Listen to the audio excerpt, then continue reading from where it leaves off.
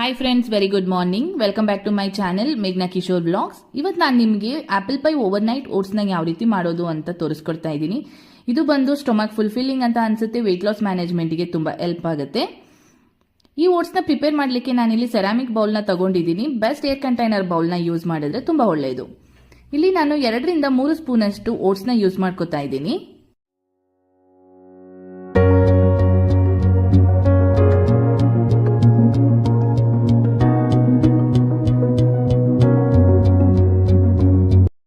ಒಂದು ಸ್ಪೂನಷ್ಟು chia ಸೀಡ್ಸ್ನ add ಮಾಡ್ತಾ ಇದ್ದೀನಿ. ಚಿಯಾ ಸೀಡ್ಸ್ ಅಲ್ಲಿ ಫೈಬರ್ ಕಂಟೆಂಟ್ ತುಂಬ ಜಾಸ್ತಿ ಇರುತ್ತೆ ಮತ್ತೆ ಸ್ಟೊಮಕ್ ಫುಲ್ಫಿಲ್ಲಿಂಗ್ ಅಂತ ಅನ್ಸುತ್ತೆ. ಇದಾದ್ಮೇಲೆ ನಾನಿಲ್ಲಿ ಬಾದಾಮ್ ಮಿಲ್ಕ್ನ ಆ್ಯಡ್ ಮಾಡ್ಕೋತಾ ಇದ್ದೀನಿ, 3/4 ಕಪ್ ಅಷ್ಟು.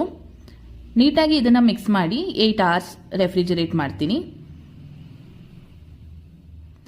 ಆಫ್ಟರ್ 8 hours ಈ ಥರ ಇದೆ ಓವರ್ ನೈಟ್ ಓಟ್ಸ್.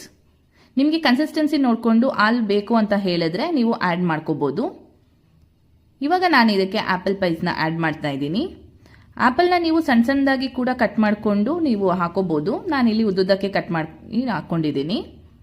ಇದಾದ್ಮೇಲೆ ಯಾವ ಫ್ರೂಟ್ಸ್ ಇರುತ್ತೆ ನಿಮ್ಮ ಹತ್ರ, ಸ್ಟ್ರಾಬೆರಿ, ಬ್ಲೂಬೆರಿ, ಬನಾನಾ, ಗ್ರೇಪ್ಸ್ ಯಾವುದಿರುತ್ತೆ ಅದನ್ನ ನೀವು ಯೂಸ್ ಮಾಡ್ಕೊಬಹುದು. ನಾನು ಇವತ್ತು ಇದ್ರ ಜೊತೆ ಬನಾನಾನ ಯೂಸ್ ಮಾಡ್ತಾ ಇದ್ದೀನಿ.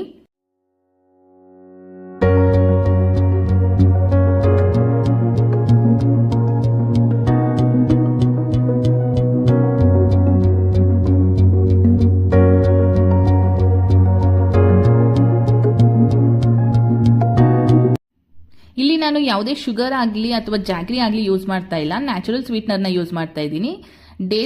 ಡೇಟ್ಸ್ನ ಯೂಸ್ ಮಾಡ್ಕೋತಾ ಇದ್ದೀನಿ. ಇದನ್ನ ಸಡನ್ ಎನರ್ಜಿ ಬೂಸ್ಟರ್ ಅಂತಾನೆ ಕರಿಬಹುದು. ಮತ್ತೆ ನಾನಿಲ್ಲಿ ಮಿಕ್ಸ್ಡ್ ಸೀಡ್ಸ್ನ ತಗೊಂಡಿದ್ದೀನಿ, 1 ಮುಷ್ಟಿಯಷ್ಟು.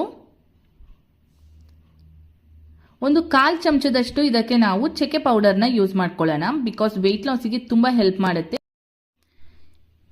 ಇದಾದ್ಮೇಲೆ 1 ಸ್ಪೂನ್ ಅಷ್ಟು ನಾನು ಫ್ಲಾಕ್ಸ್ ಸೀಡ್ಸ್ ಪೌಡರ್ನ ಯೂಸ್ ಮಾಡ್ಕೋತಾ ಇದ್ದೀನಿ, ಅಗಸೆ ಬೀಜದ ಪುಡಿ. ಇದನ್ನ ಸೂಪರ್ ಫುಡ್ ಅಂತಾನೆ ಕರಿಬಹುದು. ಜಾಸ್ತಿ ಫೈಬರ್ ಕಂಟೆಂಟ್ ಇರುತ್ತೆ, ಒಮೆಗಾ 3 ಫ್ಯಾಟಿ ಆಸಿಡ್ಸ್ ಜಾಸ್ತಿ ಇರುತ್ತೆ. ನಮ್ಮ ಡೈಜೆಷನ್ಗೆ ತುಂಬಾ ಹೆಲ್ಪ್ ಮಾಡುತ್ತೆ.